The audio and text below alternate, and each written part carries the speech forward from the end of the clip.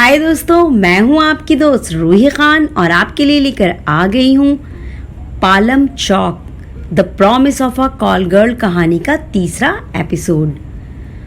दोस्तों, अगर आपने कहानी के पिछले एपिसोड्स मिस किए हैं तो लिंक डिस्क्रिप्शन में है, पहले वहां से पुराने एपिसोड्स सुन लें ताकि आगे की कहानी आपको अच्छे से समझ आ जाए। तो चलिए बढ़ते हैं हम अपनी कहानी की ओर बिना किसी देर के। रास्ता काफ़ी ट्रैफिक भरा था। मैं जब जानवी के एड्रेस वाले मोहल्ले में पहुंचा तो मैंने देखा पूरा मोहल्ला तंग गलियों से होकर गुजर रहा है। एक मोड़ पर पहुंचकर मुझे पता चला कि गाड़ी अब और आगे लेकर नहीं जाया जा सकता क्योंकि आगे की रोड काफ़ी तंग थी। मैंने कार को साइड में ही खड़ा कर दिया। सामने एक चाय की दुकान थी। मैंने चाय वाले को एड्रेस दिखाते हुए पूछा कि किस तरफ जाना है। उसने मुझे एक गली की तरफ इशारा किया। आगे मेरी गाड़ी नहीं जा सकती थी, इसलिए मैंने गाड़ी को वहीं छोड़ दिया और आगे पैदल ही चलने लगा। आगे दो लोगों से पूछते हुए मैं आखिरकार जानवी के घर तक पहुंच गया। मैंने देखा वो काफ़ी पुराना घर था जो बहुत ही टूटी फूटी सी हालत में था। वो घर देखकर मुझे जानवी के लिए थोड़ा बुरा भी लगा कि वो ऐसे घर में रहने के लिए मजबूर है। पर ये क्या, उसके घर के दरवाजे पर तो ताला लगा हुआ है, पर क्यों? मैंने पास में खेलते हुए एक बच्चे से पूछा, बेटा इस घर के लोग कहाँ गए? मुझे नहीं पता अंकल, उस बच्चे ने मुझसे कहा। वो लोग अपने किसी रिश्तेदार के यहाँ चले गए हैं। पास में बैठे एक बुजुर्ग ने मुझसे कहा, कब तक आएंगे अंकल? ये तो बताना मुश्किल है बेटा। इतना कहते हुए बुजुर्ग आगे बढ़ गए। मैंने अपनी जेब से एक पॉकेट डायरी निकाली और पेन से उस पर मैंने जानवी के लिए एक मैसेज लिखा और दरवाजे के अंदर मैंने वो पॉकेट डायरी रख दी ताकि जब जानवी वापस आए तो उसे मेरा मैसेज मिल जाए। जानवी, बस एक बार मिलना है मुझे तुमसे, बस एक बार। उसी पालम चौक पर आ जाओ, आखिरी बार प्लीज़, फिर चली जाना, नहीं रोकूंगा तुम्हें। 57875। बस इतना ही लिखा मैंने उस डायरी में और पता नहीं क्यों मैंने अपना नंबर भी लिख दिया आखिर में कि अगर वो ना आए तो कम से कम एक बार मुझे कॉल ही कर ले। वैसे सच कहूँ तो मुझे ज़रा भी उम्मीद नहीं थी कि मेरे मैसेज का कोई असर भी होगा उसके दिल पर। अगर दिल नाम की कोई चीज़ होती तो इतनी बड़ी मदद करने के बाद कम से कम एक बार थैंक्स तो कहने आ ही जाती। पर मेरे सीने में तो दिल था ना, मैं तो अपने दिल से मजबूर था। या गुस्सा था या नफ़रत थी या प्यार था, क्या था? बस मैं उससे एक बार मिलना चाहता था, उसे देखना चाहता था कि कोई इतना बेगैरत भी कैसे हो सकता है। मैं वहाँ से निकल गया, फिर अपनी कार में बैठा और वापस अपने घर चला गया। अगले दिन मंडे से अपने काम में बिज़ी हो गया। पर जितना भी बिज़ी रहूं, एक पल भी ऐसा नहीं होता कि मैं जानवी के ख़्याल से ख़ुद को दूर करूं। वो मेरे दिल और दिमाग में छा गई थी। पर क्यों? नफ़रत की वजह से, उसके धोखे की वजह से, या मेरे दिल में उसके लिए मोहब्बत आ गई थी? मोहब्बत थी तो नफ़रत क्यों हो रही थी? मैं हर पल उसे अपने मन ही मन बुरा भला कहता, जैसे मक्कार, बेगैरत, चालबाज, झूठी और भी पता नहीं क्या क्या। आज फिर से सैटरडे था, छठा सैटरडे, मतलब जानवी को देखे हुए आज 6 वीक्स गुजर गए थे। हर वीक की तरह आज भी मैं पालम चौक की तरफ जा रहा था। ना चाहते हुए भी मुझे पता था कि वो आज भी नहीं आएगी, फिर भी पता नहीं क्यों दिल से उम्मीद ख़त्म ही नहीं हो रही थी। मैं पालम चौक पहुंचने ही वाला था। दूर से ही मुझे दिख गया कि वहाँ कोई नहीं है जहाँ से जानवी मेरा इंतज़ार करती थी। मैंने सोचा कि गाड़ी आगे बढ़ा दूं, पर चौक के पास जहां जानवी मेरा इंतज़ार करती थी वहां पहुंचते ही मेरे पैरों ने ब्रेक दबा दिए और मेरी कार रुक गई। आखिर आज भी क्यों रोक दी मैंने अपनी कार? वहाँ कोई नहीं था जो मेरा इंतज़ार करे। मैं कार से बाहर निकल गया और पॉकेट से एक सिगरेट निकालकर उसे पीने लगा। मौसम बारिश जैसा हो रहा था, आसमान में रात का अंधेरा हो रहा था, बादलों की वजह से आसमान काला दिख रहा था।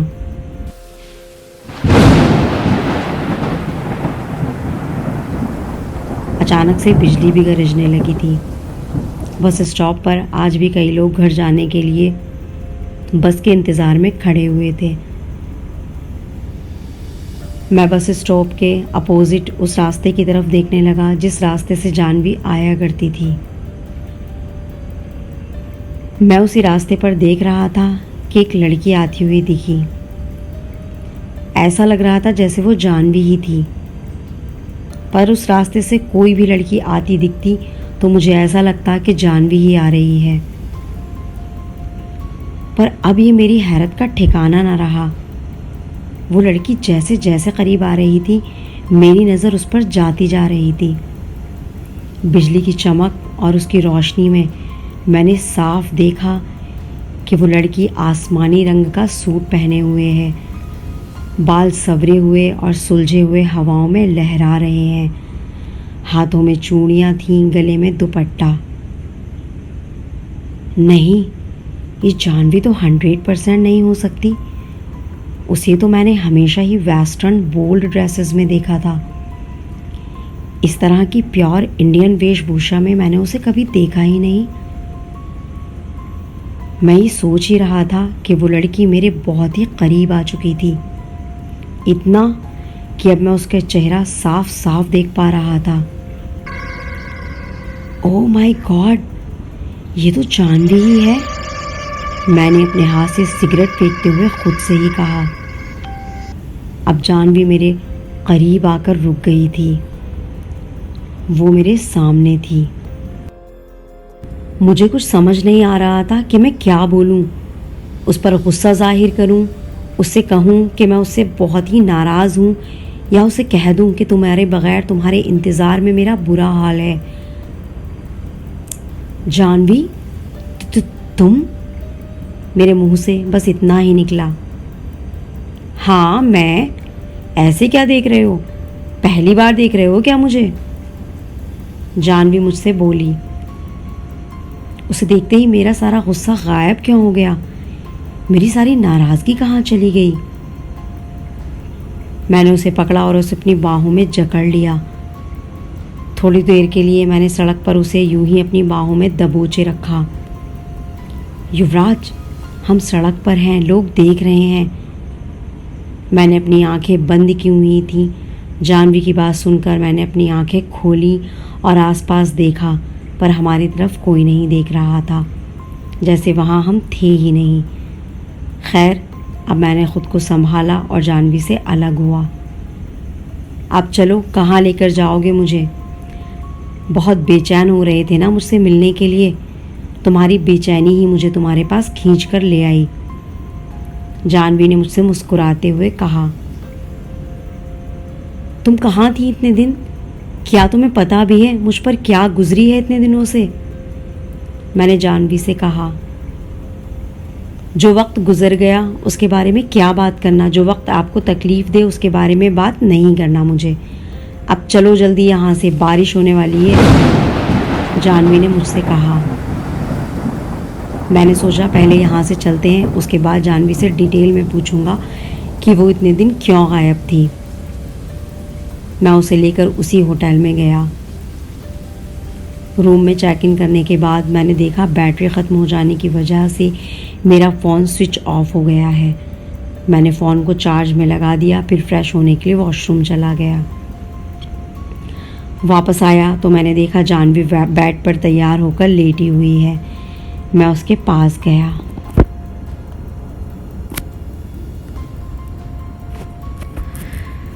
अब बताओ मुझे, कहाँ थी तुम इतने दिन? काश तुम्हें पता होता, मैं हर वीक पागलों की तरह तुम्हारा इंतज़ार करता था पालम चौक पर तुम नहीं आती थी। मैंने जानवी से कहा। वो मेरे करीब आई और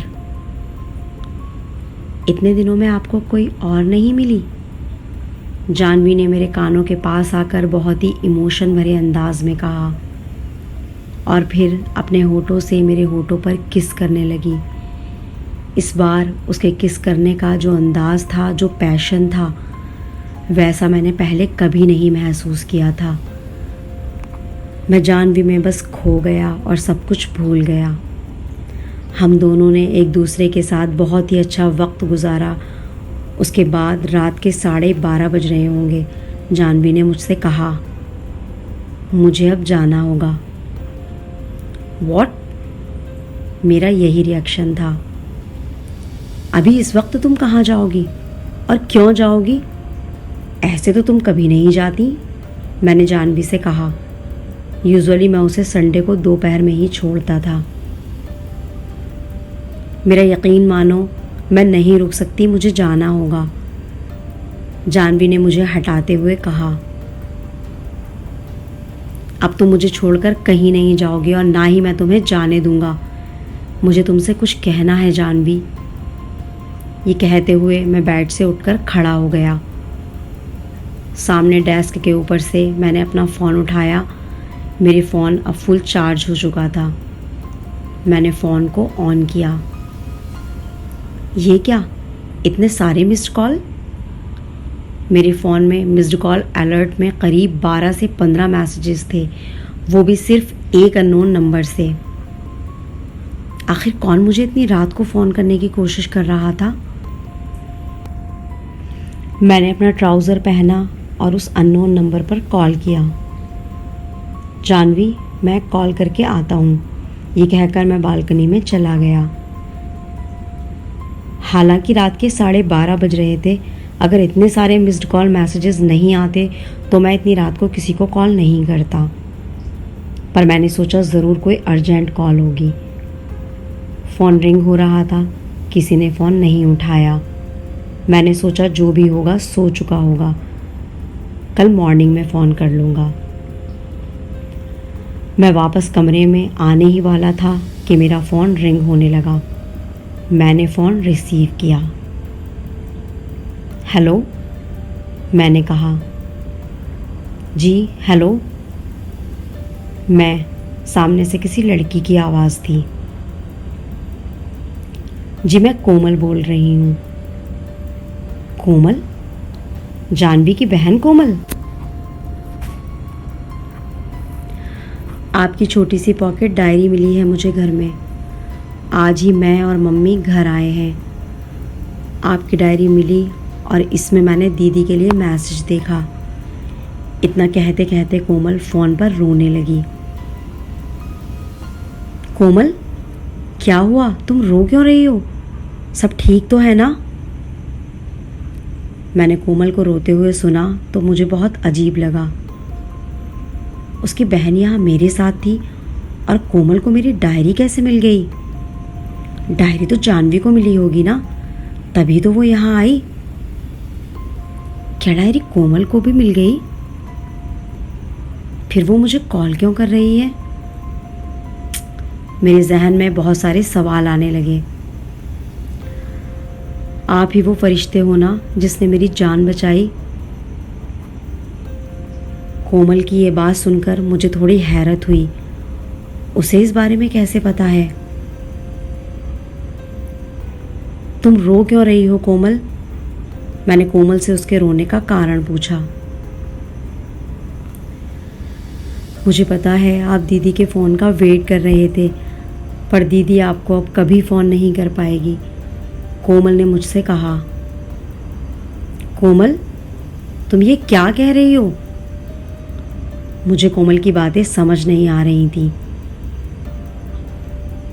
मैंने बस आपको ये बताने के लिए कॉल किया है कि अब आप दीदी का वेट मत कीजिए। दीदी अब ऐसी दुनिया में चली गई है जहाँ से कोई लौट कर नहीं आता। इतना कहते कहते वो फिर से फ़ोन पर सिसक सिसक कर रोने लगी। कोमल, तुम सच में कोमल ही हो ना? क्या बकवास कर रही हो तुम मेरे साथ? मुझे उसकी बातें अजीब लग रही थी और गुस्सा भी आ रहा था। ऐसा लग रहा था जैसा कोई मेरे साथ मजाक कर रहा हो।